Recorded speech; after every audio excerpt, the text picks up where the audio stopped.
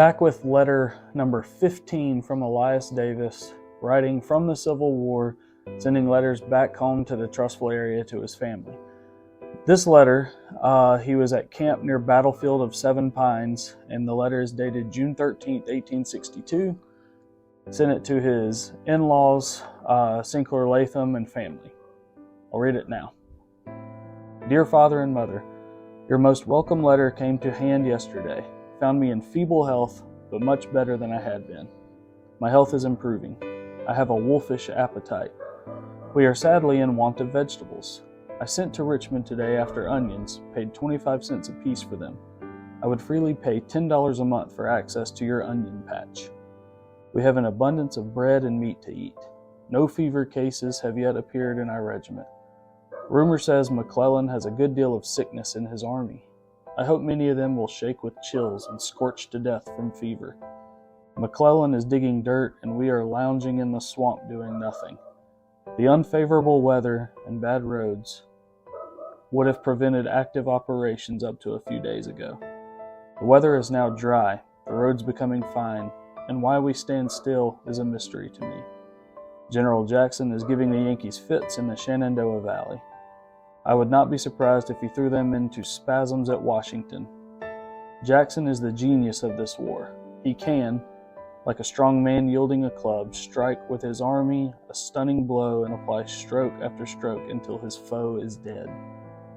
We have news from him up to 8th of this month.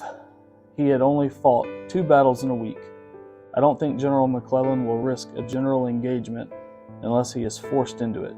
General Lee now commands on account of General Johnston being wounded in recent fight. General Johnston's wound was slight, and I hope in a short time he will be able to resume command of army here. Yankees are great liars. You may have noticed extracts from Northern papers speaking of charge made by certain Yankee brigades and regiments. Well, if they charged bayonets a single time, men of our army in fight never found it out. Yankee lying is proverbial. The weather here is becoming quite warm. Nights for some time past have been quite cool. Nights are pleasant now. Much is now being said respecting the duration of the war. Many cannot see the beginning of the end. I think I can. Lincoln and Co. have already found out that they cannot subjugate us by force of arms. They now expect to starve us into submission. They will have found out by last August that we cannot be starved out, and then they will be as willing for the war to close as we are. This war never will close until foreign intervention closes it. European powers will in 90 days intervene. They now know that we cannot be subjugated, but they want the North fully satisfied of the fact before they do anything officious or offensive. We will look for William Wood here day after tomorrow. I have a razor I took from Yankee knapsack on Battlefield of Seven Pines, which I shall send to you by him.